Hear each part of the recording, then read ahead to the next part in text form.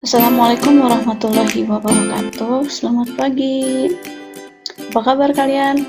Semoga dalam keadaan sehat walafiat ya. Oke, sebelum kita memulai pelajaran, sebaiknya Ibu memperkenalkan diri terlebih dahulu ya. Oke, nama Ibu adalah Siti Samia. Nah, Ibu yang akan ngajar matematika peminatan di kelas kalian, atau biasa disingkatnya namanya mantan katanya. Oke, mantan itu matematika peminatan di kelas 10. Nah, sebelum kita belajar ke materi, sebaiknya Ibu akan menjelaskan dulu materi apa saja yang akan kita pelajari di semester 1. Nah, materinya yaitu materi semester ganjil KD 3.1 yaitu mendeskripsikan dan menentukan penyelesaian fungsi eksponensial dan fungsi logaritma menggunakan masalah kontekstual serta keberkaitannya. Lalu KD 4.1 menyajikan dan menyelesaikan masalah yang berkaitan dengan fungsi eksponensial dan fungsi logaritma. Oke. Nah, berarti kita akan belajar mengenai eksponen ya. Eksponen itu apa sih? Eksponen sebenarnya kalian nggak asing lagi dengan kata eksponen ya. Eksponen itu sama aja dengan bentuk pangkat. Nah, di SMP atau di SD pun kita sudah belajar mengenai bentuk pangkat. Nah, yang pertama ada pangkat bulat positif. Nah, ya, ada definisinya. Jadi, apabila A adalah bilangan real dan N merupakan bilangan bulat positif, maka A pangkat N sama dengan A kali A kali A kali titik-titik kali A. Nah, ini dikalikan sebanyak N kali. Kalau misalkan N-nya 5, berarti A-nya dikalikan sebanyak 5 kali. Nah, dengan A-nya adalah bilangan pokok dan N adalah pangkat. Contoh deh. Contoh, oke. Misalkan kita punya 5 pangkat 4. 5 pangkat 4 itu sama dengan 5 kali 5 kali 5 kali 5. Berarti 5-nya dikalikan sebanyak 4 kali ya. Oke, contoh yang kedua. Contoh yang kedua misalkan 1/2 pangkat 3. Artinya berarti 1/2 kali 1/2 kali 1/2. Oke, mudah sekali kan? Oke, lanjut. Nah, ini adalah sifat-sifat eksponensial. Sifat-sifat eksponensial itu lumayan banyak ya, namun yang akan kita pelajari hari ini ada 5 sifat-sifatnya.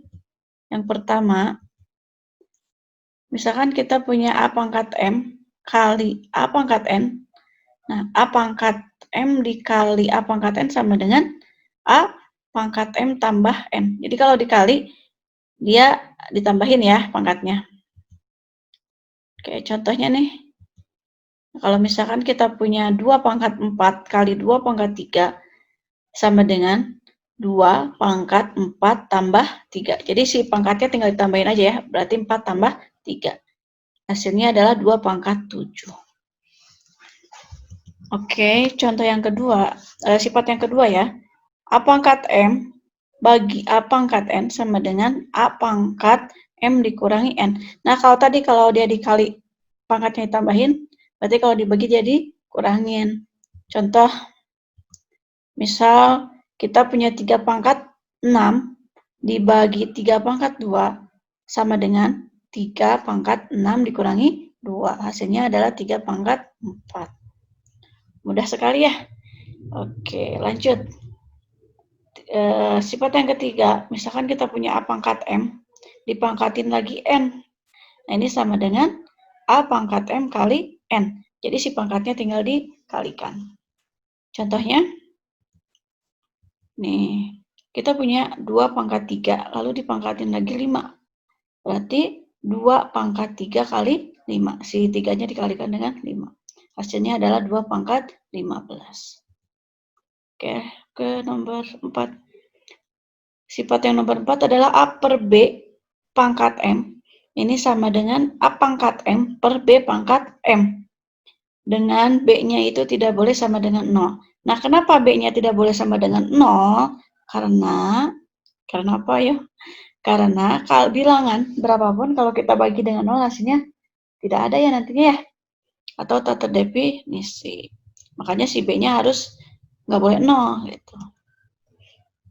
Nah, contohnya 2 per 3 pangkat 4 sama dengan 2 pangkat 4 per 3 pangkat 4. Nah, yang ini karena dia bilangan pokoknya berbeda ya. Yang satu 2, yang atas 2, yang bawahnya 3, berarti dia nggak bisa di seperti sifat nomor 2.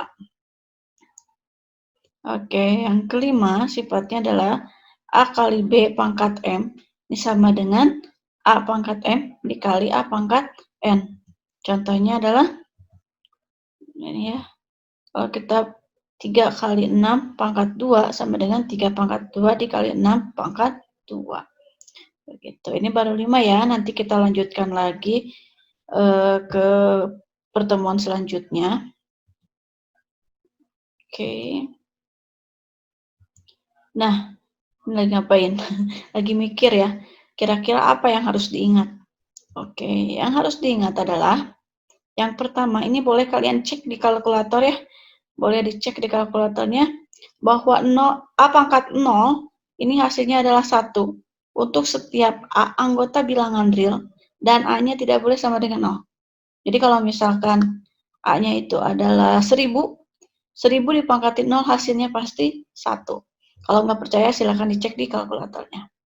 Kemudian kalau 0 dipangkatin 0, nah kalau 0 pangkat 0 berapa? Nah tentu ya, dia nggak akan ketemu kalau di kalkulator, dia jawabannya adalah error. Oke. Yang kedua, kalau 0 pangkat X, ini sama dengan 0 jika setiap X-nya bilangan real positif. Jadi kalau misalkan 0 pangkat 2, ini sama dengan 0.